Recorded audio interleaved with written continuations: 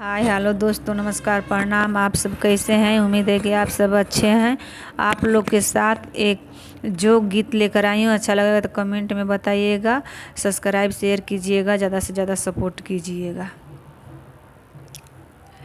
जोग उतरे बनारस लेके के लिए, जोग उतरे बनारस लेके के लिए, हम भी लिए हमारी माँ में लिए, हम भी लिए हमारी आमा लिए, अम्मा सोने के डंडी बराबर लिए, अम्मा सोने के डंडी बराबर लिए, जोग उतरे बनारस लेके के लिए, जोग उतरे बनारस लेके, हम भी लिए हमारी चाची लिए,